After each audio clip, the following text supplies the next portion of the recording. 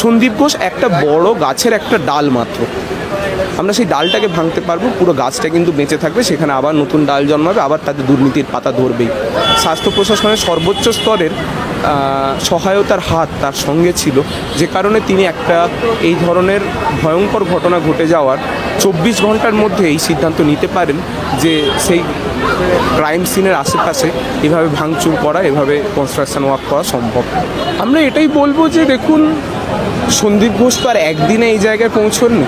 দীর্ঘদিন ধরে ছোট থেকে বড় একের পর এক দুর্নীতি করতে করতে তার মনে হয়েছিল যে এই মেডিকেল কলেজ বোধহয় তার জন্য মুক্তাঞ্চল, সেখানে তিনি যা খুশি করতে পারেন, এবং তার ফলাফল আমরা চোখের সামনে দেখতে পাচ্ছি।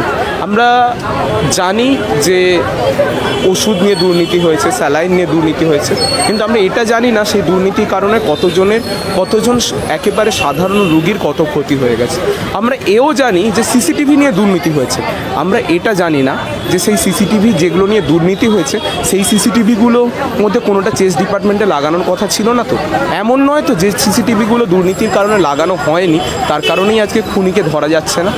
ফলে সন্দীপ ঘোষ যে ভয়ঙ্কর দুর্নীতির শিখরে বসে থেকেছেন, সেই দুর্নীতির কারণে কত মানুষের ক্ষতি হয়েছে বা প্রাণ গেছে, এমনকি যে ঘটনার প্রতিবাদ করতে আমরা বসে রয়েছি সেটাও তার ঘটানো দুর্নীতির প্রত্যক্ষ বা পরোক্ষ ফলাফল কিনা তা নিয়ে তো এখনও বহু কথা বলার জায়গা আছে।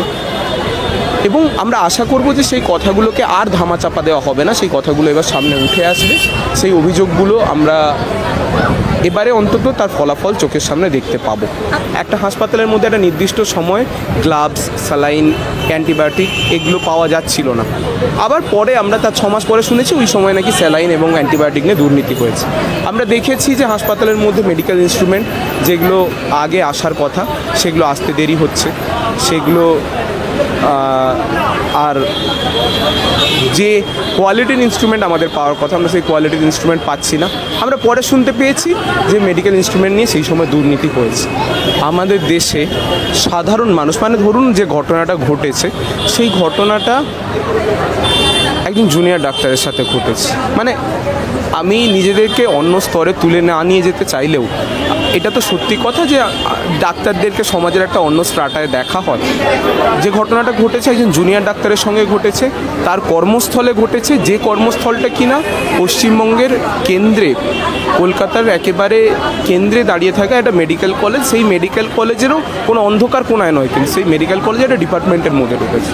মানে এটা তো হওয়ার কথা ছিল অন্যতম একটা সুরক্ষিত জায়গা, এবং যার সঙ্গে এই ঘটনাটা ঘটেছে তার জন্য সেটা অন্যতম সুরক্ষিত একটা অঞ্চল হওয়ার কথা ছিল।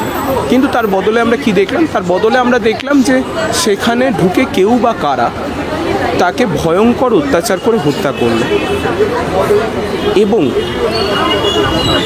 এই যেখানে প্রচুর সিসিটিভি থাকার কথা, যেখানে প্রচুর গার্ড থাকার, মানে যেখানে পৌঁছতে গেলে একজন সাধারণ মানুষকে অন্তত 3-4 দফা গার্ড পেরিয়ে যেতে হওয়ার কথা, অন্তত 5-6টা সিসিটিভি পেরিয়ে যাওয়ার কথা, সেখানে পর্যন্ত আমরা দেখতে পাচ্ছি 1 মাস পরে আমাদের বলা হচ্ছে যে কোনো তথ্য প্রমাণ পাওয়া যাচ্ছে না।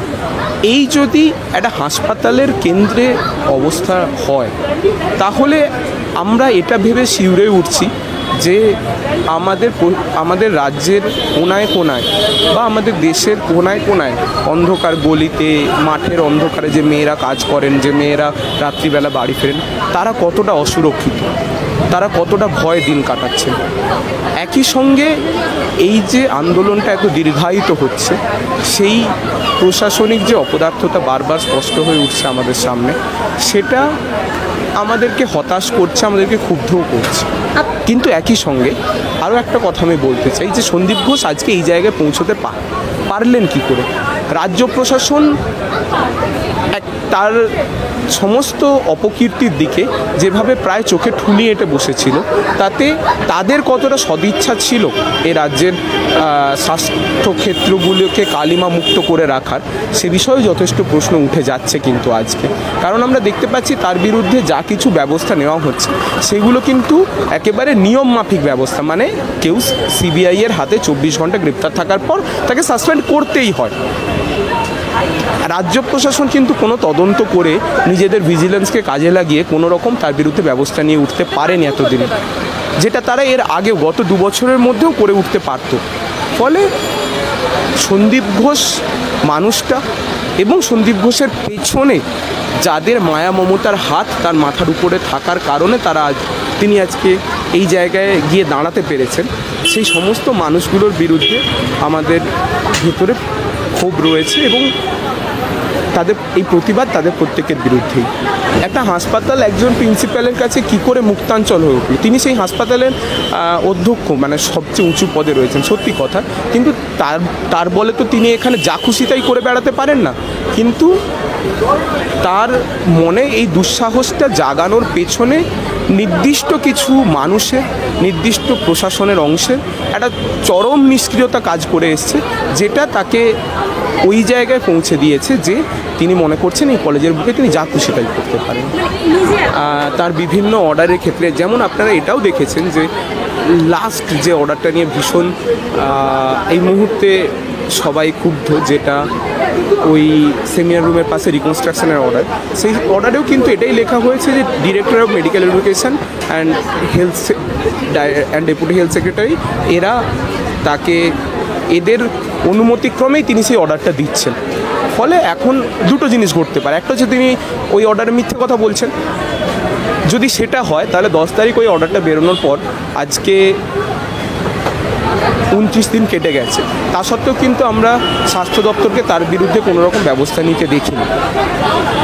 আর দ্বিতীয় ঘটনা হতে পারে যে তিনি সত্যি কথাই বলছেন, তাহলে এটা প্রমাণিত হয়ে যায় যে স্বাস্থ্য প্রশাসনের সর্বোচ্চ স্তরের সহায়তার হাত তার সঙ্গে ছিল, যে কারণে তিনি একটা এই ধরনের ভয়ঙ্কর ঘটনা ঘটে যাওয়ার 24 ঘন্টার মধ্যে এই সিদ্ধান্ত নিতে পারেন যে সেই ক্রাইম সিনের আশেপাশে এভাবে ভাঙচুর করা, এভাবে কনস্ট্রাকশন ওয়ার্ক করা সম্ভব।